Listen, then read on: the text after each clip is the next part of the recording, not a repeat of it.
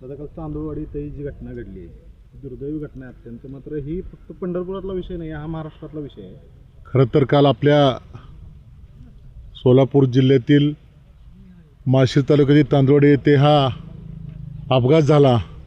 या अपघातातील जी लहान मुलं असतील, महिला असतील, त्या आपल्या पंढरपूर तालुक्यातील रांजणे गावचे आहेत.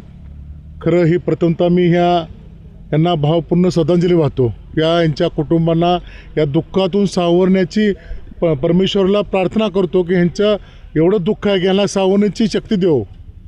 खरं तर मी या निमित्तानं प्रशासनाला पूर्ण महाराष्ट्रातील जेवढ्या सोलापूर जिल्हा असेल किंवा महाराष्ट्र असेल जेवढ्या रोडच्या साईडला ज्या अशा विहिरी आहेत, किंबहुना तळे आहेत, तलाव आहेत, ओढा आहे, नदी आहे, तिथं शासनाने अगोदर हा हाती घ्यावं की हे कंपाऊंड चांगल्या प्रकारे त्याला संरक्षण भीत असेल, ज्या काही जिथं सुविधा करता येईल त्या पहिल्यांदा करण्याच्या शासनानं अगोदर सुरुवात करावी. नाहीतर खूप याच गावचं आणखीसुद्धा पुढं तांदळवाडी गावापाशी आणखीन अशाच प्रकारची विहीर आहे, रोडच्या एकदम नजदीक विहीर आहे. कारण शेतकऱ्याच्या ह्या जुन्या विहिरी आहेत, त्या परंपरेनुसार ह्या 50-60 वर्षाच्या विहिरी आहेत. त्या रस्ता पलीकडे होता आणि ज्यावेळी त्यांच्या रस्त्याचं काम झालं त्यावेळेस रस्ता वर झाला ना आणि विहिरी खाली झाल्या. आणि ॲक्च्युली रस्त्यावाल्यांनी सुद्धा त्या कठडे मोठ्या प्रमाणात बांधून द्यायला पाहिजे होतं. त्या शेतकऱ्याला नुसती मलमपट्टी करून शासनाची दिशाभूल केली. ह्यांना सांगणं आहे की बाबा तुम्हाला सांगतो येणाऱ्या काळात हा जो काही शेतकरी आहे इथला तर पेटी उठल्याशिवाय मार्ग राहणार नाही. कारण आज आमच्या 8 बालकांचं, महिलांचं दुर्दैवी मृत्यू झाला आहे. खरंच ही भीषण गोष्ट आहे. खरंच हे सांगण्यासारखं सुद्धा नाही की आज एवढ्या मोठ्या एका घरातील पाहुणा, रावळा, बहीण एवढ्या कुटुंबाचं दुःख सांगू शकत नाही. देवाला जाऊन येताना हा दुर्दैवी अपघात या कुटुंबावर झालं आहे. खरंच हे अतिशय निंदनीय आहे.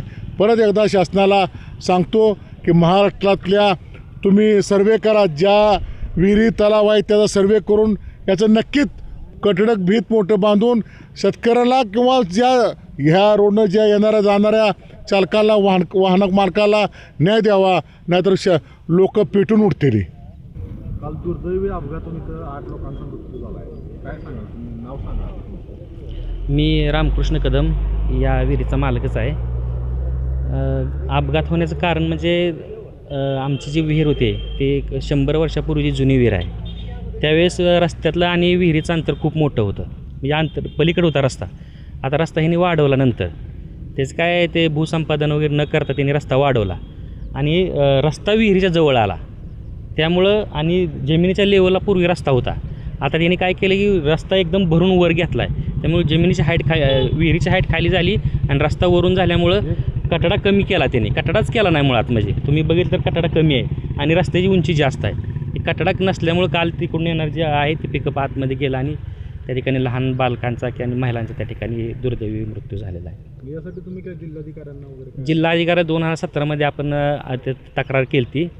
त्याचबरोबर बांधकाम विभाग अकलूज यांना पण 2017मध्ये पत्र दिलं होतं. त्यांनी आम्हाला सांगितलं की सदर न्यायालयामध्ये तुम्ही सक्षम न्यायालयामध्ये दाद मागा म्हणून सांगितलं होतं.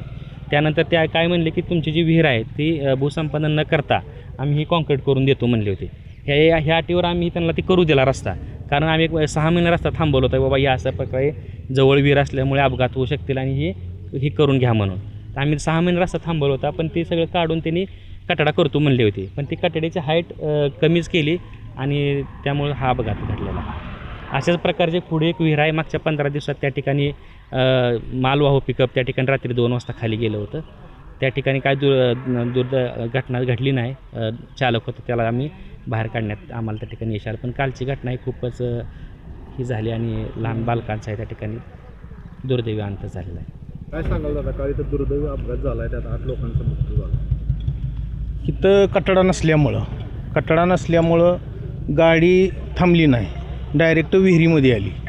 विहिरीमध्ये आल्यावर आमच्या गावातला एक मुलगा गाडीच्या पाठीमागं होता. त्यानं सगळं म्हणजे बघितलं, इरफान म्हणून. त्यानं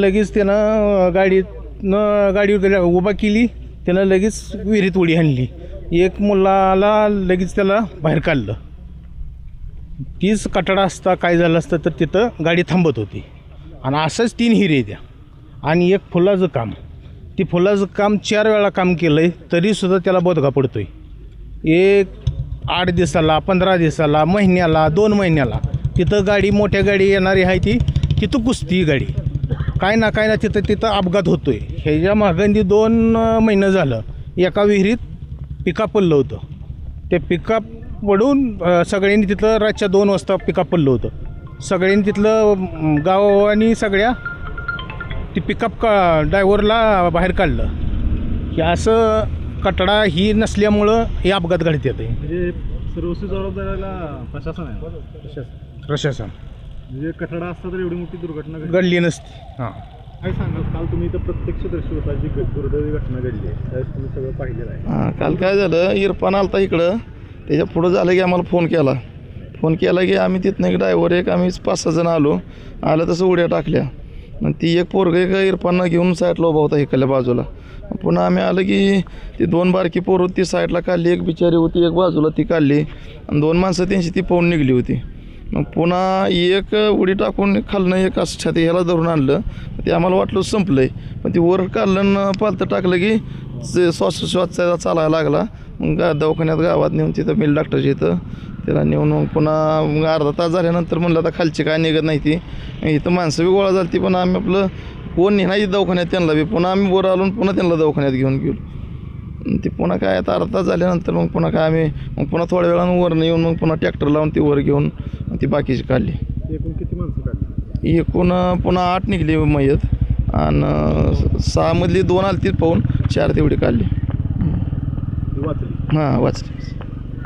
काल तांदूळवाडी येथे जी दुर्दैवी घटना घडली, तुम्ही देवदूतासारखं काम केलं, काय सांगाल कसं झालं सर? तुम्ही त्या गाडीच्या मागं होता. गाडीच्या पाठीमागं होतो 150 फूट आणि ह्या विहिरीपासून 200 फूट पाठीमागं ते जे टमटम होतं का ते म्हणजे वायबल झालं, म्हणजे ड्रायव्हरचा ताबा सुटला त्या गाडीवरनं आणि पूर्ण गाडी म्हणजे असं झोला मारत आली गाडी. झोला मारत माझा अंदाज होता ते पाठीमागचे जे रान दिसते आहे मोकळं त्या रानात पडेल गाडी, पण आली तशी गाडी डायरेक्ट विहिरीतच पडली आणि विहिरीत अंग टाकलं त्या गाडीने. पडल्यानंतर डायरेक्ट मी काय केलं, त्या गाडीच्या पाठीमागे बी कुठली गाडी नव्हती, पुढे बी कुठली गाडी नव्हती. काय की डायरेक्ट गावात फोन केला, म्हणजे आमचं ते तरकारी ऑफिस सगळे बसतात ना तिथं 5-6 जण, तिथं आधी फोन लावला. मी म्हणलं जेवढे असतील तेवढे लोक घेऊन या, गाडी पडलेली आहे. तर एक मुलगा 1-2-3 वर्षाचा असं वर आलता, उलटा होऊन आलता वर. ते आल्यानंतर मी मोबाईल हायचं फेकून दिला वरती, हायचं म्हणजे माझ्या जीवाची ना परवा करता मी पोराकडे पहिली त्या लहान मुलाकडे उडी टाकली. मी उडी टाकल्यानंतर ते असं वरच आलतं, ते सपावर घेऊन माझ्या असं छातीला दाबलं असं, त्याला उलटं करून त्या तोंडातून असं थोडं दाब घेऊन पाणी काढलं. ते काढल्यानंतर त्यानं जरा हुसकारा दिल्यानंतर मला डायरेक्ट त्यानं मिट्टी मारली आणि सगळी परत आमच्या गावातले त्या ऑफिसवरची सगळीजण आले, मी तानाजी आप्पाही सगळे आले. आल्यानंतर काय केले, ते जेवढी दुसरी 4 जण होते त्यांनी बाहेर काढलं ते सगळ्यांनी मिळून. किती टोटल लोक? 5 जण काढले टोटल सगळे.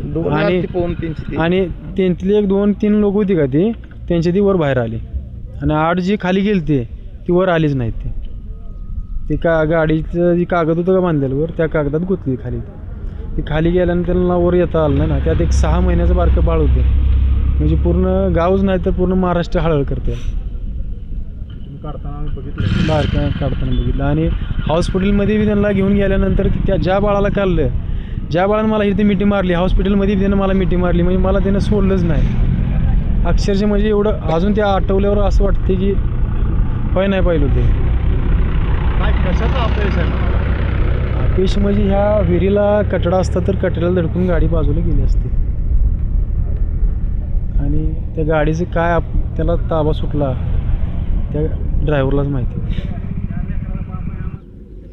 इरफान मुजावरनं या प्रसंगी एक धाडस दाखवून जागीच निर्णय घेतला आणि लगेच पाण्यात उडी मारली आणि त्या चिमुकल्यांचा जीव वाचवला. इतकंच नव्हे तर जवळपास 8 लोकांना वाचवण्यात त्यांनी फार मोठी मदत केली. त्याचं फार समाजातून कौतुक व्हायलाच पाहिजे. परंतु शासन लेवललासुद्धा त्याला काहीतरी अभिनंदनपर बक्षीस द्यायला पाहिजे असं आमचं म्हणणं आहे. मी एक सामाजिक कार्यकर्ता सांगोला तालुक्यातून, मी आमचे भाजपचे नेते बाळासाहेब एरंडे आम्ही सगळेच घटनास्थळी आल्यानंतर हे बघितलं आणि त्यांच्याकडून हे ऐकवून घेतलं. त्यामुळं ह्या हृदयद्रावक जी घटना घडलेली आहे त्याला आपल्या हातात काही नाही, परंतु आता झालं आहे अगदी अनावधानानं घडलेलं आहे. परमेश्वर त्या मृतांच्या आत्म्यास शांती देवो एवढेच मी ह्या प्रसंगी प्रार्थना करतो. ज्या कुटुंबातली त्या कुटुंबातली ही लोक गेलेली आहेत, जबाबदार तरुण मुलं गेलेली आहेत आणि त्यांना हे थोडासा आधार मिळावा व त्यांना समाजाकडूनही आधार मिळावा. त्यांना दुःख सहन करायची परमेश्वरी चरणी प्रार्थना करतो. एवढंच थांबतो.